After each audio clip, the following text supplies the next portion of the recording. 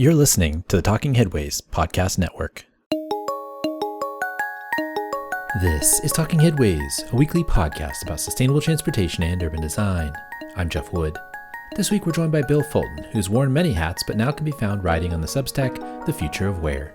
We chat about the impacts of work from home on cities, changing migration patterns, tax policy and burdens, 100 years of zoning law, and much, much more. Stay with us.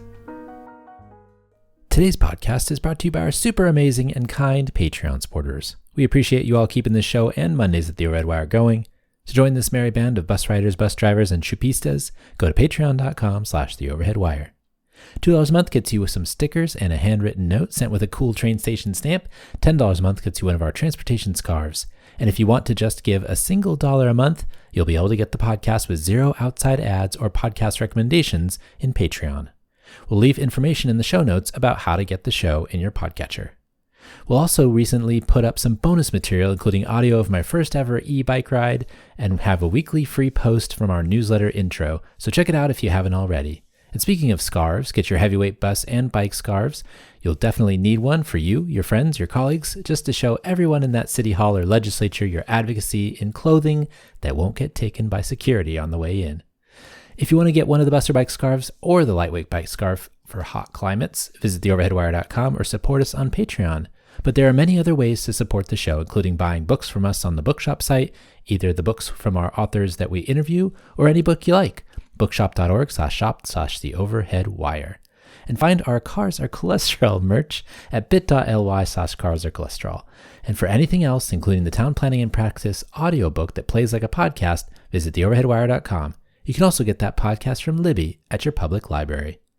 And finally, definitely sign up for the 20-year-old newsletter we do at theoverheadwire.com, established in 2006, and our over 110,000 item link archive tagged by topic and city. We'll leave a YouTube explainer video in the show notes as well for that one too. Or you can just keep listening and enjoying the show. We appreciate that as well. You can find us mostly on Blue Sky and Mastodon, sometimes on Threads, Instagram, Flickr, YouTube, Substack, and LinkedIn if you want to connect, usually at the Overhead Wire, but with Flickr, it's Transit Nerds. We've got some great stuff coming up for you in our 13th year of the podcast, so keep on listening for announcements on gatherings, but for now, just enjoy the show. Hey everybody, I decided to move this part of my thank yous up from the post-credits to right here smack dab at the start because I do want to recognize the folks who are Dallas tier or higher Patreon supporters. It really helps us out and we super appreciate it. When I get new supporters, I'll update this section, so I hope that happens often. So first names only, but big thanks to Andrew, Ben, Derek, Gabriel, Glenn, Greg, James, Jeremy, Jim, Joseph, Catherine, Mal, Marcus, Matthew, Mike, Nicholas, Abraham, Oliver, Steve, Abby, Matthew, Sylvia, and recently added Andrew A. All right, thank you all very much. Let's get to the show. Well, Bill Fulton, welcome to the Talking Headways podcast. Well, thank you, Jeff. It's great to be here. Thanks for being here. Before we get started, can you tell us a little bit about yourself? I'm an urban planner. I began my career as a journalist, which is how I got interested in writing about places. I was the mayor of Ventura for a little while. I was the planning director of San Diego. Then I went to Houston and I ran the Kinder Institute for Urban Research at Rice University in Houston. So I call myself a Texifornian. I guess I'm one of those too. I've written a number of books about urban planning in cities in California and so forth. And now I'm back in San Diego, helping to run a thing called the Center for Housing Policy and Design at UC San Diego, and continuing to write in my Substack newsletter, The Future of Where, and other things as well. Also, I just want to thank you for being one of our first supporters of our paid newsletter when you were at Rice. Yeah, sure. Really appreciate that a lot. It does mean a lot that folks believed in our work in the early days over, it was like 13 years ago or so. So I appreciate that. That was about when I started there 13 years ago. Yeah. Have you always been interested in cities? Is that something that's kind of been in your DNA? Yes. My father, who was a PR guy, my mother always said he could go to any town and within 5 minutes figure out where the downtown was and where the baseball park was. And I grew up in a little factory town in upstate New York, which was completely accessible on foot and by bike. And as a kid, I explored every square inch of that town. And I just was always very place oriented, right? Place leaves a deep imprint on me. It's very meaningful. And so I've never been exclusively about big cities. I lived most of my life in my hometown of Auburn, New York, and in my adopted hometown of Ventura, California, both of which are pretty small. But places and human settlements and how people interact with places has always been central to what I'm interested in, even when I was a journalist, even when I was a young newspaper reporter. You've been mayor, planning director for a big city, run a big institute, think tank in Houston. You're running the California Planning and Development Report, and now you write a Substack. I'm curious how your thinking on cities has evolved through all of that and changed over that time period. Is there anything that sticks out to you? Well, a couple of things. One is that the other thing I was always interested in is how a city functions on a daily basis, right? I can remember when my daughter was little, my daughter eventually studied planning at Sonoma State, and she was so interested in it, she became a Chinese medicine and acupuncture expert. But when she was little, I remember the Girl Scouts used to do a thing in Ventura where the scout leaders would take the girls around to everywhere in the city that was operating at night to help them understand how the city functioned. So they would go to the grocery store, they were stocking up. They would go to the newspaper where they're printing the newspaper. They would go down to the sewage plant, right? And that's the kind of thing that always fascinated me about cities, what it takes for them to function on a day-to-day basis. Many people have said, and I think this is attributable to Lewis Mumford, that cities are humankind's greatest, most complex creation. And to see it operate every day, to me, has always been fascinating. A major evolution for me was when I went into elected office and I realized there was much more to running a city government than I had ever imagined, which involved a lot about running the organization, the municipality itself, rather than having the city function. All of a sudden, I had to learn about labor and budgets and things like that, which is stuff that I still do. Here's one thing that has evolved for me. I think a lot of people see cities and human settlements as being different, right? There's big cities, there's small towns, there's ex-urban areas. People who live in them think of themselves as very different from the other people, and they think of their places as very different. But to me, I've come around to the idea that human settlements are, on some level, all the same. They perform the same function. They bring us together socially, culturally, and most importantly, economically, so that we can engage in efficient human interaction with all those outcomes in mind. And it doesn't matter whether you're living in New York City or you're living in some little teeny town in rural Texas, that community still has to provide for you all the same things. You have to be able to get around. You have to have a place to live. You have to have, at least until recently with remote work, a job. You have to be able to buy groceries. Your kids have to go to school. So I see that what's evolved for me is understanding that there are more similarities between all human settlements than differences. I always see these things in the research talking about the science of growth of cities and the numbers behind it and everything else. And it's always fascinating to think about it in that way. But realistically, they are all just very similar species in a way, right? Yes. And I think that's particularly important now that our society is so divided, that people who live in suburbs or exurbs think they have nothing in common with people who live in big cities and vice versa, when in fact their daily lives, although they may look different on the surface, are pretty similar. What you do on a day-to-day basis is pretty similar. You get up, you go to work, your kids go to school, you go buy groceries, you go engage in recreational or cultural activities. All those things are more or less the same. They occur at a different scale and there's different qualities to them. But what a human settlement does for the average resident is not very different. What do you think about this idea of like the self-selection into these places? Like the idea that a lot of liberal folks go into more dense areas and more conservative folks will go into more rural or suburban areas. There's a mix in there, the sorting of it all. Well, the sorting is clearly happening, and it's happening in a way that it wasn't happening in the past. There's no question about that. The question for me is a chicken and egg question. Do people go live in cities because they're liberal, or do they go live in cities because they like living in cities? And those qualities of living in a big city are more conducive to having a liberal mindset, right? The thing that really strikes me, so the sorting is clearly going on in a way that it didn't used to, which is troubling in a certain way, right?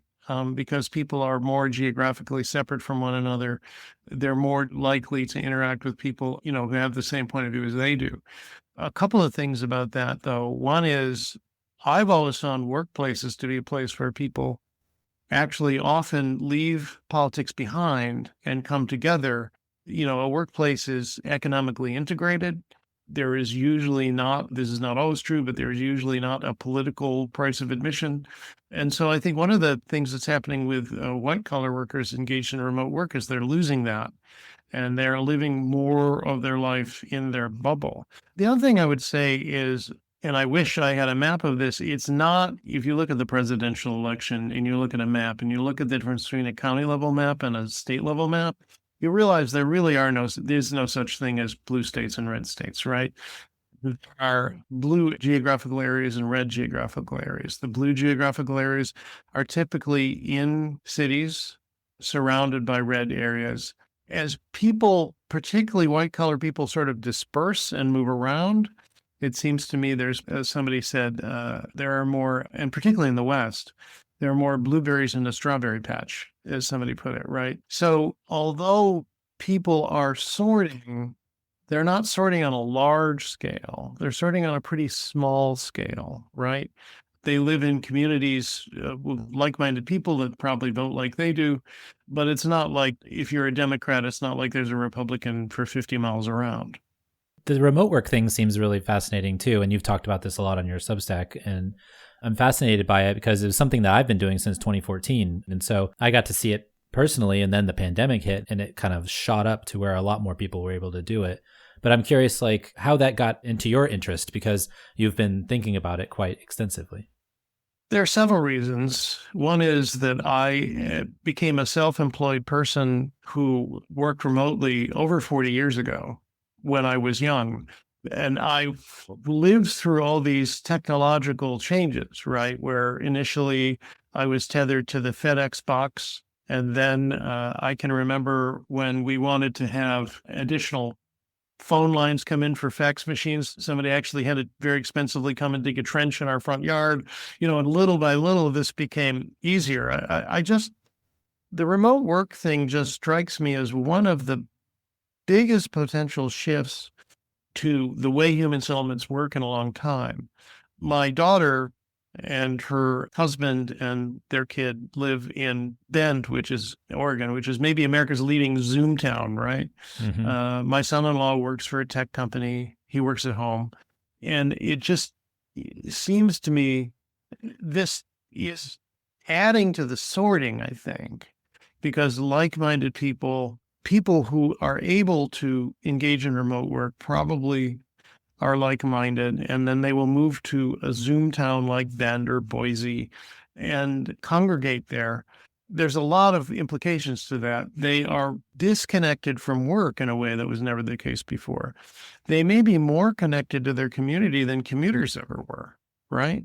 Because they have more time to do things in the community. My son-in-law, when he lived in the Bay Area, was on the tech company bus all the time. Now he's a soccer coach. Mm-hmm. Because he doesn't commute, right?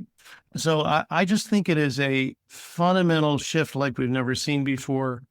I think there's an upper limit to it. Before COVID, about 5% of the people were remote workers. Now it's about 15, although probably 30 to 40% of the people work at least partly, hybrid. There may be an upper limit that isn't far above that. But I also think there's a more of a separation now between white collar and blue collar work, or white collar work and service workers. Right? There's a big difference now between people who can work anywhere, like you and me, and people who must go to a job site to work, whether that's construction, restaurants, whatever. And I just think that's going to be a bigger and bigger, you can almost see a political schism there, right? Between Democrats and Republicans. And I just think that schism is going to get bigger and bigger.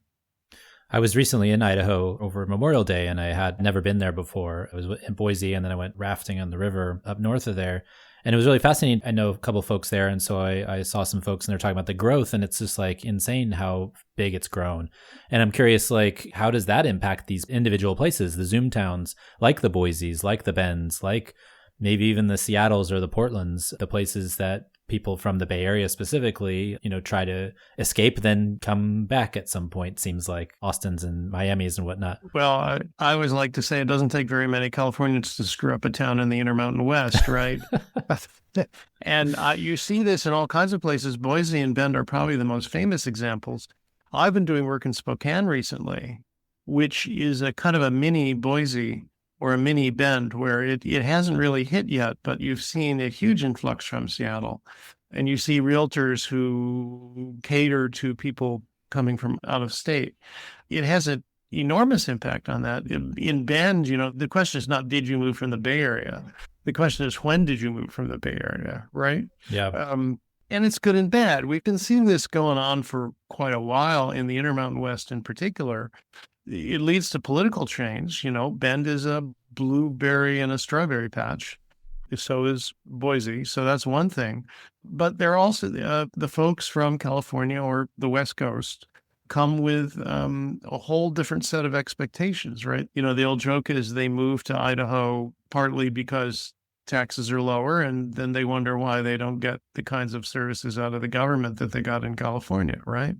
So I think it's a matter of changing expectation too. It's a cultural change, it's a political change, and it's an expectation change.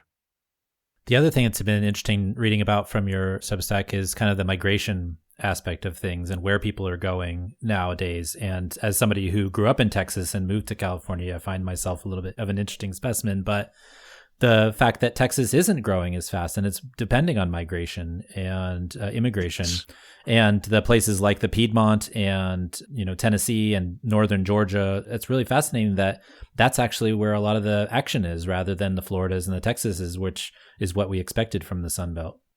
Right. We've seen a shift from Florida and Texas. Texas is still growing pretty fast. Yeah. And the other interesting point, which I have pointed out recently in the Substack, is that Texas is producing housing faster than anywhere else in the country. Texas in so many ways is California 1970. But in any event, we have seen a big shift away from Florida and Texas to Georgia, Tennessee, North Carolina, South Carolina. I'm not quite sure that's more than the Piedmont, right? Right. But in North Carolina, you'll run into people who were from the Northeast, moved to Florida, then moved to North Carolina, and they're called the halfbacks. They've moved halfway back. I think a number of things are happening. One is that the scenery is more beautiful in that part of the country than in either Florida or Texas, with the possible exception of the hill country, which is pretty. Yeah. So a scenic amenity is one thing. The other thing is, and I wrote about this in Substack very recently, the lot sizes are a lot bigger. If you want to buy a single family house on a half an acre, you're going to go to that part of the country to do it. Certainly in Florida and even in Texas, those size lots are not readily available. So that area, Georgia, North Carolina, South Carolina, Tennessee, and parts of Alabama have really become what Los Angeles used to be, which is the national suburb, right? That's where people move to live a truly suburban lifestyle. But there's a difference between the suburb of LA or the suburb of San Francisco and then the suburbs of the South that you're talking about from the urban form perspective. Oh, absolutely. My dear late friend Rob Lang, who taught at University of Nevada, Las Vegas, used to say, the West is just an urban design problem. All you have to do is build densely in centered locations and you'll be fine. The South is just a sprawling mess. Yes, you're right. The suburbs of Los Angeles and the Bay Area were always compact in the sense that they were small single-family lots by national standards, right? Always. I had a friend once who said, Californians like to live close to the ground and close to each other, whereas that entire belt of the South, from Raleigh to Birmingham, I'll say, is basically all half-acre and one-acre lots. It's the national suburb, and so in some sense, it's the American dream, but it's also, I think, an unsolvable sprawl problem. I was going to ask, is it redeemable from a sustainable perspective? Well, I think pieces of it are.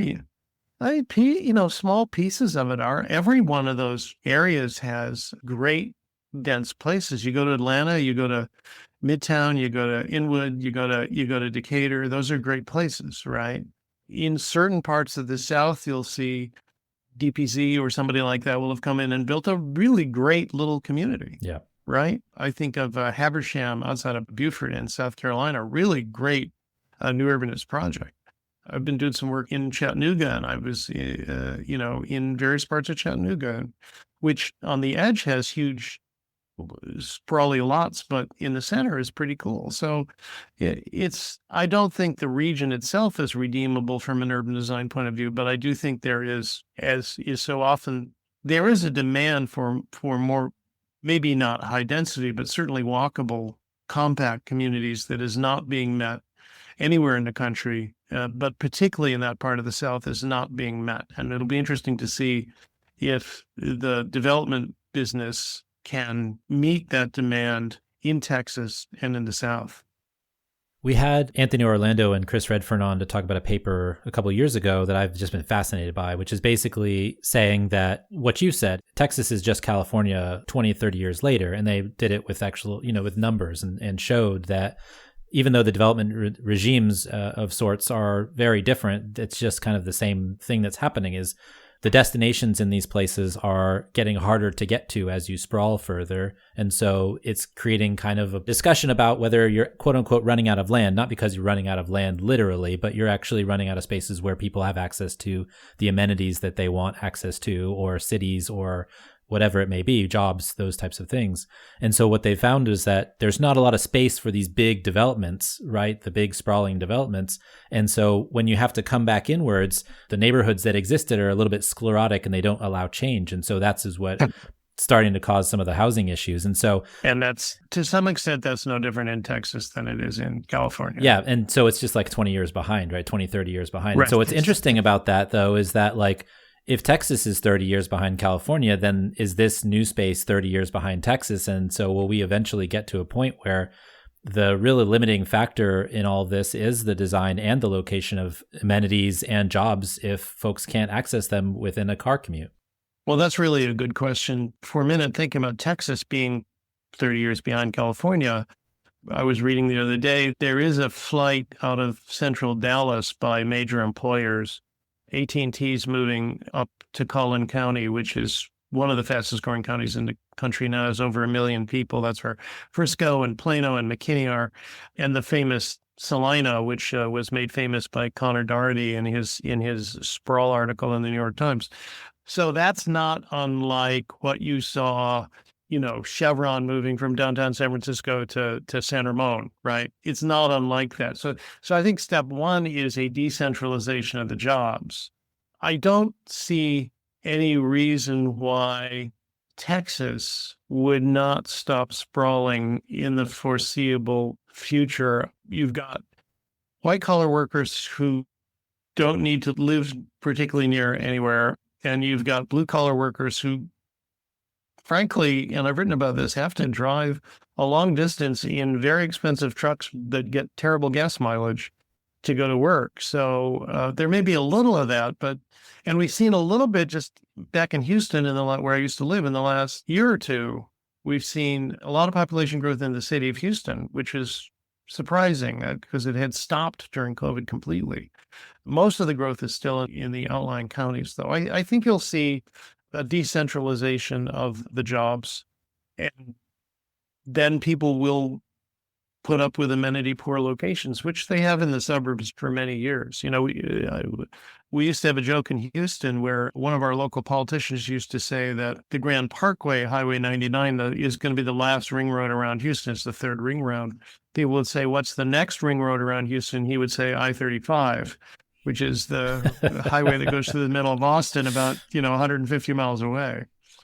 But there's really nothing to stop that going on. And your point is well taken that jobs and amenities will curb that to a certain extent. But I think the history of suburban development, think of Orange County, suggests that when people and jobs and wealth move, amenities eventually follow.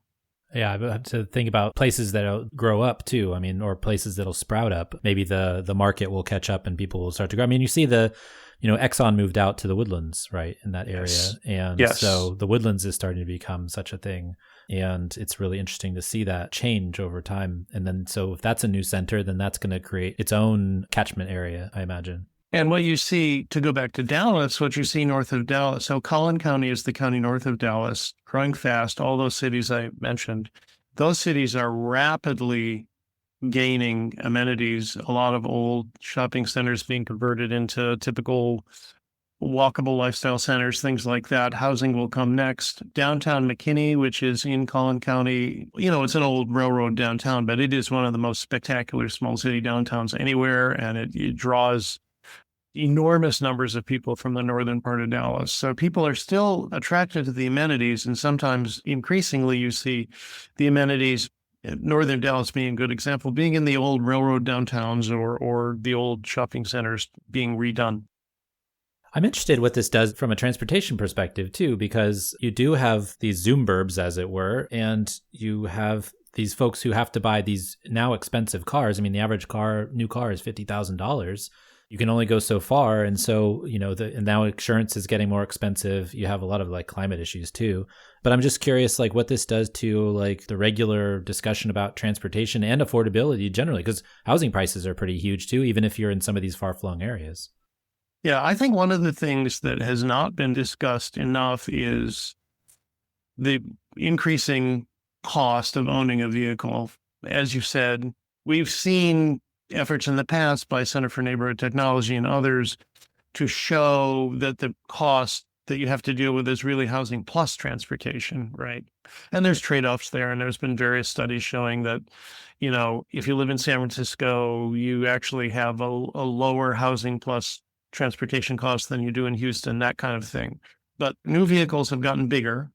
They've gotten way more expensive. It's hard to imagine stretching the car loan out more than 7 years. I never would have guessed in the old days that you would have a 7-year car loan, right? But a lot of these people who live on the fringe and particularly, as I saw in Texas, drive these big trucks are incredibly stretched. And you see drive through till you qualify, and that just gets harder and harder when the driving part becomes as expensive as the qualifying part, right? So a lot of the people who live on the edge of the metropolitan areas are really quite stressed financially and also stressed in commuting too. Yeah. Another thing that brings up is taxes, property taxes, and those types of things. You're in California, Prop 13, you've seen the evolution of it. And I'm always fascinated to hear from places like Texas and Florida that are even discussing getting rid of property taxes and what that means for cities and this type of, development and the growth of places. Well, one of the things that I think is not sunk in places even like Florida and Texas is how much sprawl really costs to serve and the tax burden. There's this wonderful Venn diagram I've seen, right? Good services, low taxes, low density. And, in the middle, it says doesn't exist, right? If you don't get all those things at the same time. Having grown up in New York and lived in California, in other words, having lived in high income tax states my entire life, it was really interesting to go to Texas and see, well, where do they get their money from, right? And, part of it is that the services aren't as good. My wife is a retired teacher from Texas, and she never made nearly as much money as she would make in California as a teacher. Part of it is that in Texas is that there is some, oil-related money that flows to the state. But what's interesting in Texas is that the burden is borne by the property taxes. And the state even moves around the school property taxes, kind of the way California does, in order to plug the holes, because the state doesn't have income tax to plug the holes. Now they're talking about, and there are certain limitations now on property tax in Texas. But when Governor Abbott talks about getting rid of property tax, I have no idea how they're gonna pay for the schools or anything else, right? On a percentage basis, compared to your assessment, property taxes in Texas are about twice what they are in California. Now, because values are higher in California, that doesn't quite work out. But, you're talking 2.5% per year of assessed value in Texas. And with no income tax and relatively moderate sales tax, there's really no other way to keep the government functioning, particularly the schools.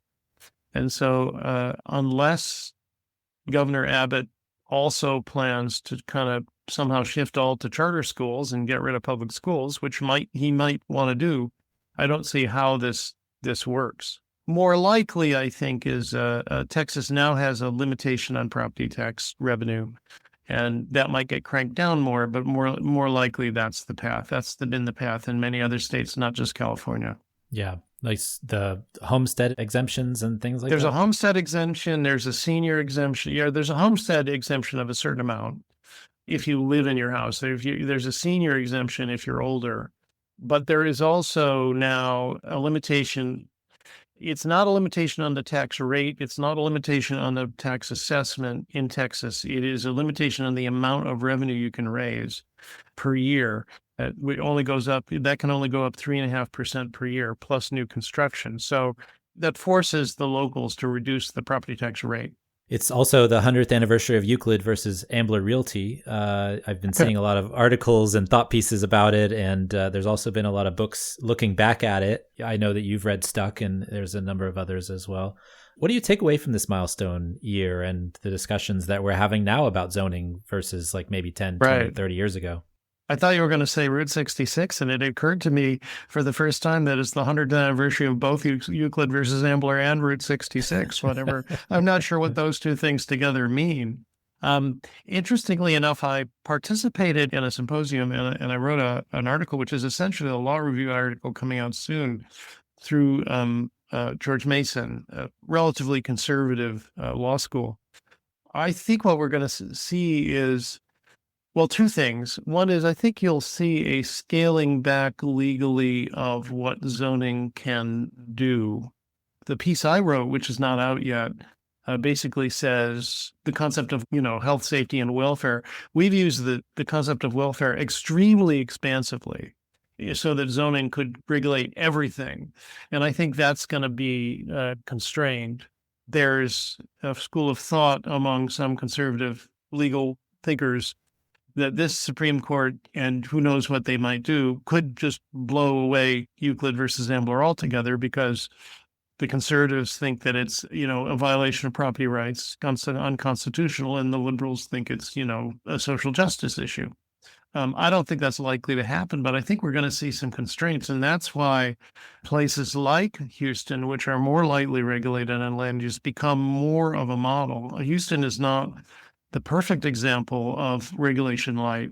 In Houston, as you know, since you grew up in the city, and if you grew up in Kingwood, you grew up in the city of Houston, there is no zoning for use. There's lots of other land use regulations, but there's no zoning for use. And so you get a much more market-driven approach to what gets built. And I think certainly on the housing side, you're seeing that in California. So I think we're going to see regulation light, more flexible regulation. In California, it's focused only on housing at this point, where at the same time they're clamping down on warehouses and data centers, right? But I do think you're going to see a less onerous approach to zoning and land use regulation in the future than you've seen in the past, generally throughout the entire country. There'll be different flavors. It'll look different. But I think we reached peak zoning probably 10, 15 years ago, because Euclid's really been particularly on the left, has been really rethought as a decision that wasn't so much meant to protect communities, but rather the view on the left is it was designed to protect privilege. It's interesting.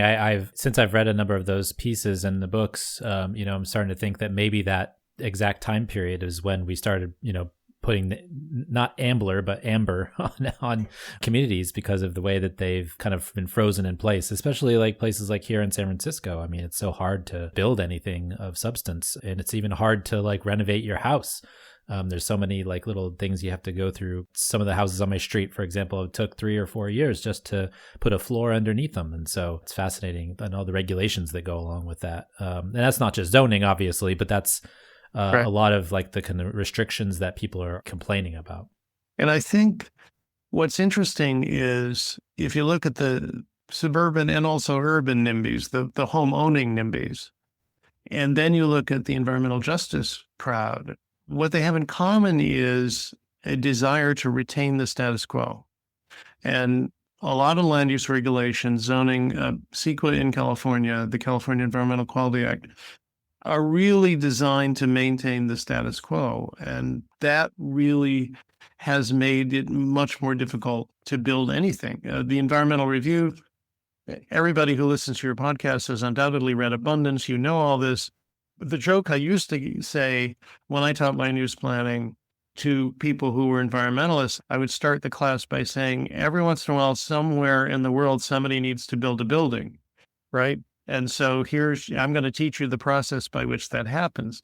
And, the status quo is not always the best thing for society. Society changes. People change, demographics change, economics change.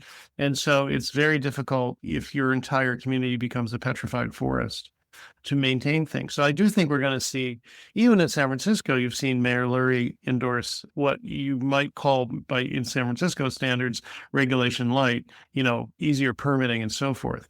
I think that's going to be a trend that sweeps the entire country. SB 79 went into effect yesterday, a law that basically upzones California transit station areas. It's the kind of legislations 20-year-old me dreamed about when working at Reconnecting America. But I'm curious if you think it'll actually move the needle. And the YIMBYs thought very much like the 20-year-old you, like this is what we've been waiting for all these years. Well, there's going to be some fights over where and when and how. So here in San Diego, for example, there's a fight between the YIMBYs and the city of the small affluent city of Solana Beach over whether their train station counts. And this all depends on whether or not you count Amtrak as a commuter rail. There's going to be a big fight over that. But a little like some of the other California housing laws, I think what we're going to find is that the California density bonus law and local efforts to make it easier to build housing have already opened things up. And so SB 79 might not be as necessary or as widely used as one might think. Here in San Diego, the city has been so aggressive in allowing more density through a program called Complete Communities, and B, basically making almost everything ministerial and therefore exempt from environmental review, that I don't think it's in the city of San Diego. I don't think it's going to make that much of a difference. And I've talked to a lot of developers about SB 79 in the last 6 months, and they're kind of all shrugging their shoulders. Stuff's already happening. So I'm not sure. And in addition to that, SB 79 does not really, it affects a lot of places in the Bay Area, affects a lot of places in LA. It affects quite a few places in San Diego, but it's not in that many jurisdictions. Certainly in San Francisco, where you live, basically the whole city is SB 79 now, pretty much, thanks to Muni, right? So I think the jury is out on whether it is truly transformational or not. We've seen laws passed in the past in California, SB 35, AB 2011, which allows essentially ministerial approval of housing on commercial properties. They've been used, but they haven't been transformational. It remains to be seen whether SB 79 is going to be truly transformational, as the YIMBYs seem to think. The other interesting thing to me, having observed California housing and land use for a long time, is we've had all these new housing laws in the last 10 years. The amount of housing production hasn't gone up, hardly at all. I think the nature of it has shifted. There's more affordable, there's more deed restricted affordable, there's more ADUs, but the number of units has not gone up in spite of all this stuff. And I think that suggests that land use regulatory reform is a necessary but not sufficient precondition to build more housing. It's always been easier to build tract housing on a vacant piece of land than it is to build infill anything. There's no real assembly line feel to it, right? There's no ability to just kind of get it all. 2,000 housing units in the suburbs is always going to be easier than 2,000 housing units in the city. And I think that's what is the hard part about it, is that you're trying to build so many units, but it's just not as easy to build because of all the regulations and rules and what's been built up over the last 100 years in terms of finance and things like that as well. Feels like that anyways. The other thing I would say, which I ran into as planning director of San Diego, is it's very difficult to predict what the infrastructure requirements are going to be because you don't know where the infill is going to go. right? You've seen this in California and Texas, both in Arizona. You build a master plan community, you know where this stuff's going to go. You sort of know when, you know how to plan for the infrastructure. You upzone a whole city in California, you don't know which developer is going to come along and try to build which infill project where, and that makes it very difficult to plan for. It makes it very difficult to finance infrastructure. And it also makes it difficult to persuade the current residents that something good is going to come out of this for them, like more amenities or better parks or something like that. The other question I had, you really like sports, it seems like. Or maybe you're not a fan of sports. Maybe you're an observer of I'm more of an stadiums my wife's a and fan. I'm an observer. cities That's right. and transportation. Right. I love it. I love thinking about the role sports plays in cities and communities. Yes.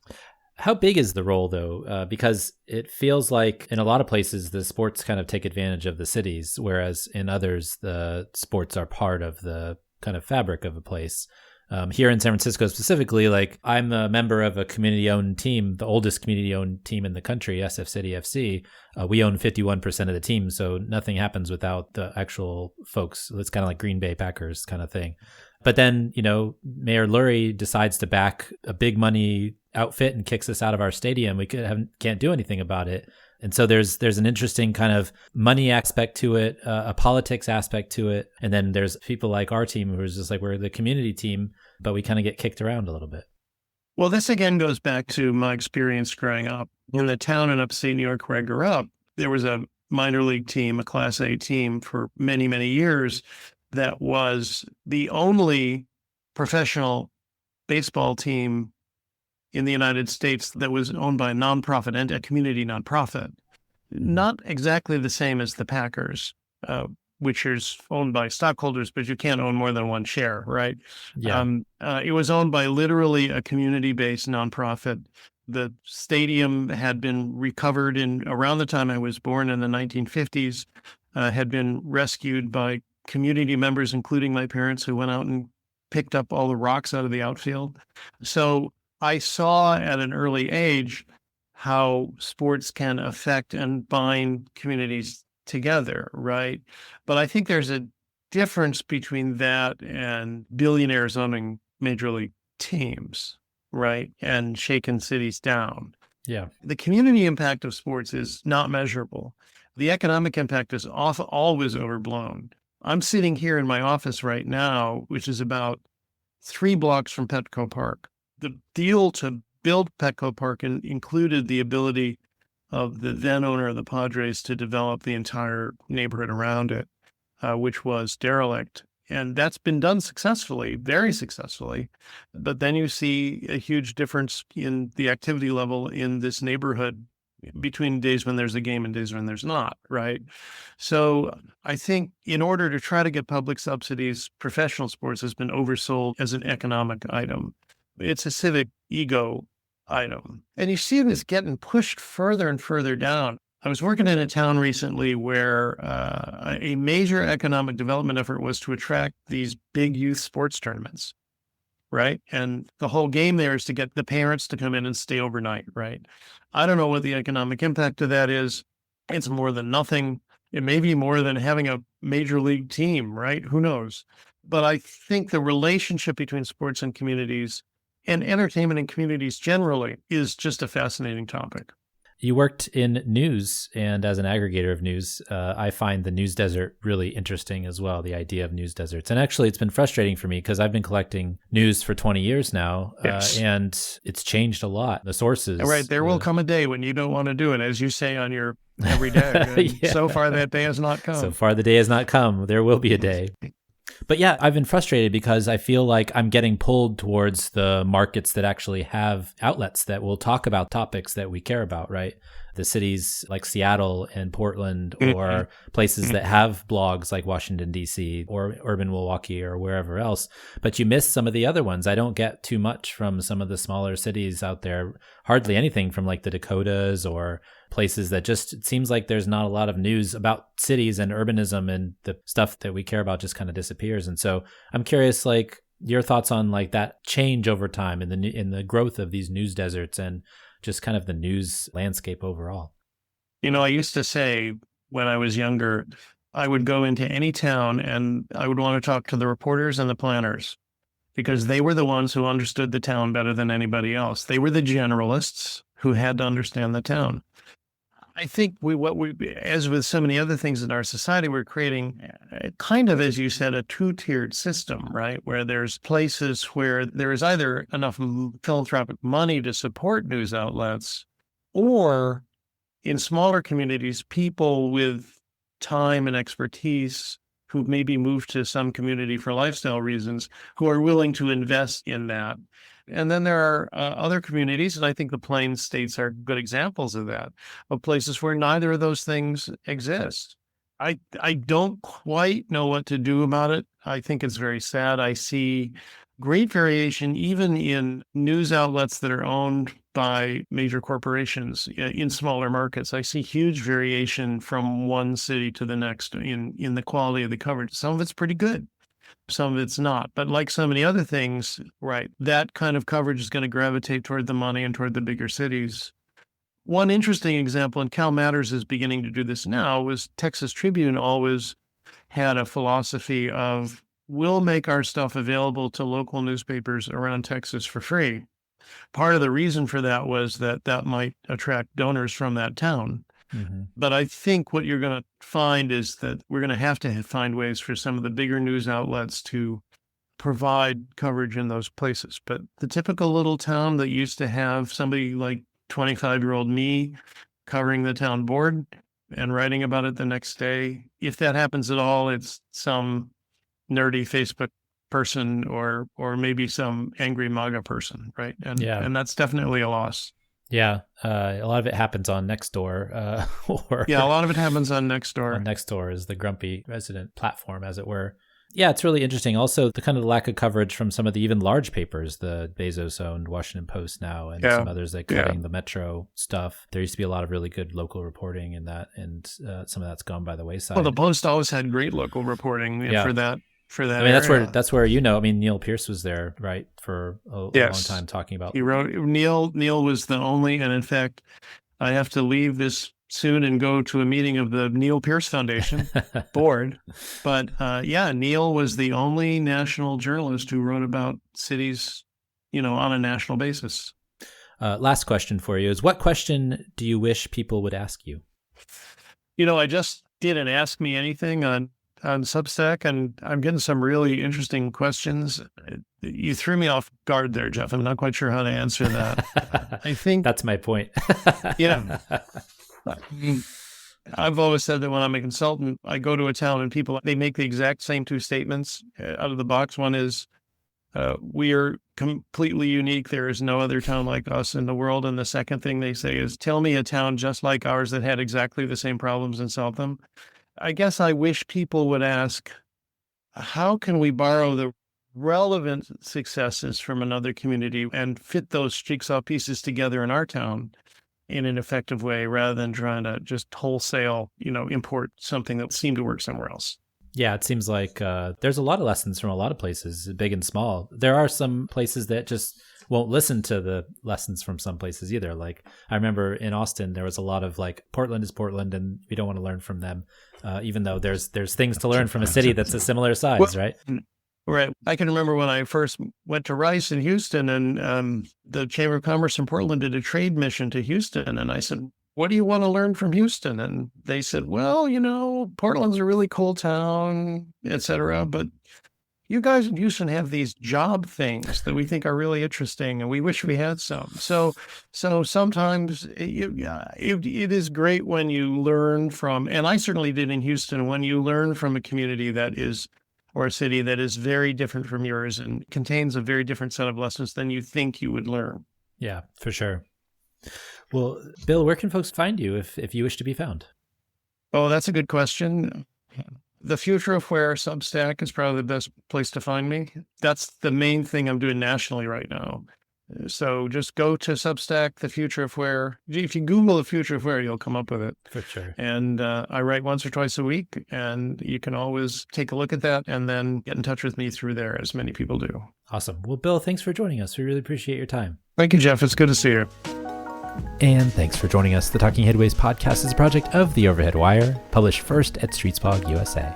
Thanks to our wonderful Patreon supporters for sponsoring this week's show and Mondays at The Overhead Wire. Find us at patreon.com/theoverheadwire. You can sign up for our 20-year-old newsletter as well and find everything else, including multiple ways to support the show, at theoverheadwire.com.